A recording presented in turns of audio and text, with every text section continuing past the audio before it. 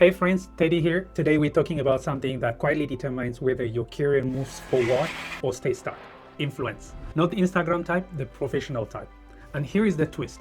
Most influence in workplace today has nothing to do with job titles. In fact, and I really wish someone told me this earlier, some of the most influential people in any company aren't the ones with the fancy titles. They are the ones who know how to get things done, bring people together, and make work easier for everyone. And this is the part most professionals completely miss. You don't need a title to be respected.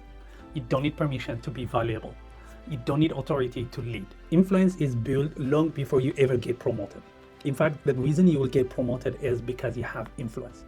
And in today's video, I'm going to walk you through the exact 5-way progression that help build influence from exactly where you are without being pushy, political, or faking confidence. So let's jump on it. Number 1, credibility, becoming the go-to for one skill. All right, if influence is the house, then credibility is the first brick you lay down. And here is the simple truth. If you want influence before authority, the speedy way is to become the person people go to for one useful thing. Not 10 things, not being a nice person, or not saying yes to everything. Just one skill that makes people work easier. Because we humans trust competence, but competence is easiest to recognize when it's clear and specific. Let me show you how this works in the real world. Think about how you describe the trustworthy people in your office. You never say, oh, she's kind of good at 10 different things. No, you don't say that. You say, she is good with explaining this concept. Or, he's amazing, he knows how the standard works. That is credibility. It's not complicated, it's not fancy, it's just a clear identity. Now, here is something interesting about how people work. And I learned this just by observing real workplace over the past years. Most of us are constantly trying to figure out who can I trust, who actually understands what I'm doing, who will help me solve this problem, who will help me reduce the stress. That's just human nature, and our brain loves shortcuts. So instead of remembering everything about everyone, it creates a very simple lead. This person with this skill. That's why being known for one thing works so well. It makes you predictable in a good way. People know what to expect from you. They know what you bring to the table. And trust grows automatically because your value is clear. No need for shortcuts, no need to shout, no need to impress anyone, just clarity. Now, here is the useful trick to remember. A title gives you positional authority. A skill gives you an earned authority. Positional authority makes people listen because they have to. A police officer can stop you anywhere, and you stop even if you don't know their name, and even if you don't want. A doctor can tell you to take off your shirt for examination, and you do it without asking their CV. That's positional authority. People follow the role, not the person. And authority makes people listen because they want to. Not every doctor is your doctor. You go to the one who earned your trust through competence and care. Same with lawyers, same with accountants. You don't follow them because of their title. You follow them because of their track record, their reliability, and the way they make you feel taken care of. That's earned authority. Influence built on trust, not position. And earned authority is 10 times stronger than gained authority. It lasts longer, it travels across teams, and it creates opportunity you never asked for. So how can credibility be built? This is what I would do. Pick one skill that's useful in the workplace. Practice it intentionally.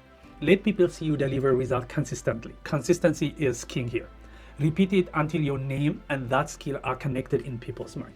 It's simple, it's practical, and it works everywhere, regardless of what you're doing. When you become the go-to person for one thing, influence doesn't chase you. It naturally forms around you. Number 2, reliability, the quiet superpower behind influence. Once you've built credibility, meaning people know exactly what you're good at, the next step is reliability. Reliability is honestly the most underrated career skill ever because people don't follow the smartest person in the room. They follow the most predictable one. And predictable doesn't mean boring. Predictable means you're trustworthy. Workplaces are already full of chaos, deadline move, priority shift, people leave, new projects get thrown at you. So when you show up consistently, when you say you will do something and then you actually do it, when your energy is steady instead of reactive, you instantly become the calm spot in the storm, and people gravitate toward the calm spot. It's human nature. You know why? Because reliability reduces anxiety. Your manager worries less, your colleague trusts your update, your team knows you won't create surprises. You become the one less thing they stress about. And that's influence in the purest form. The funny thing is reliability builds influence faster than talent.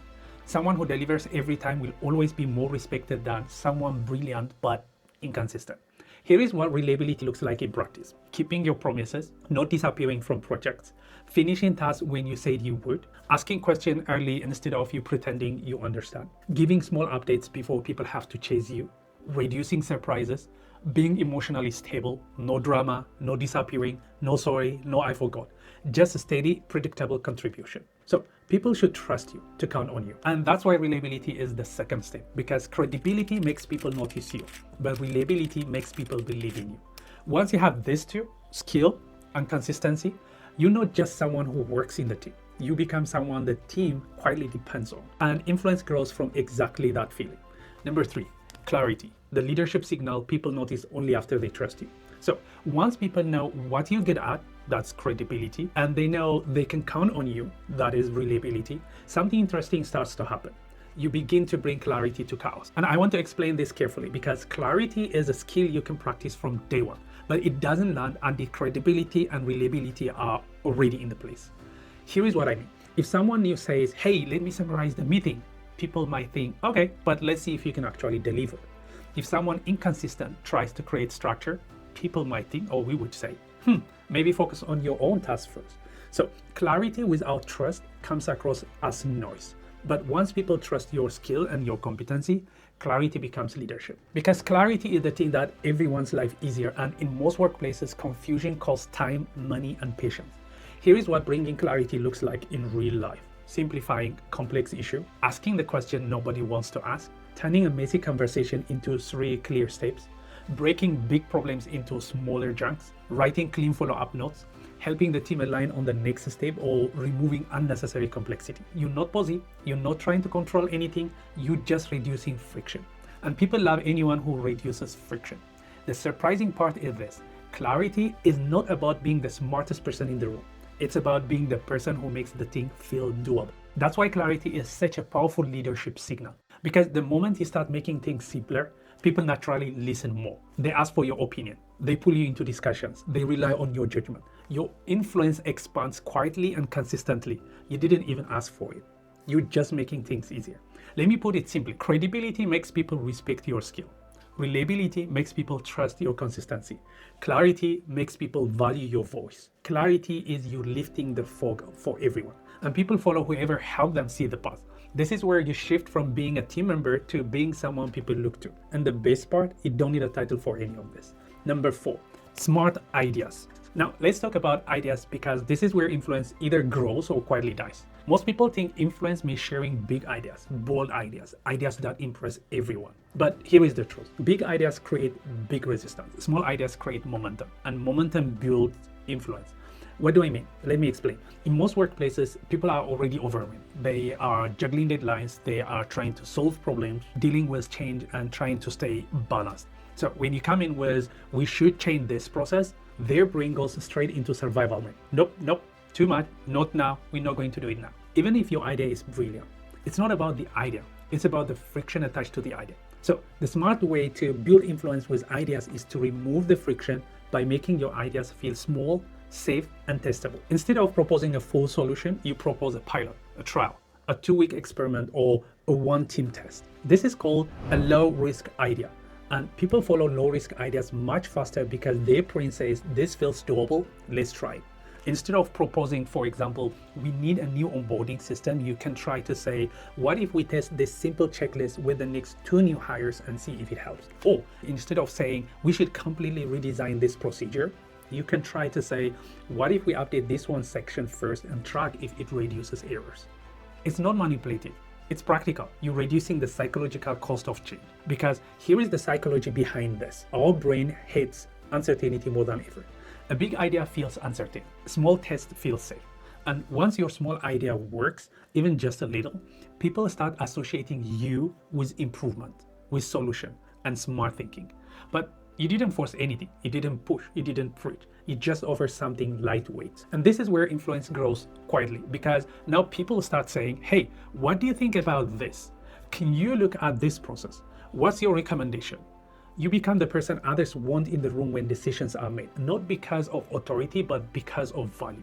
Let me say this clearly. Smart ideas are not about being loud or the best. They are about being helpful. You're not trying to introduce revolution. You're introducing a low risk upgrade.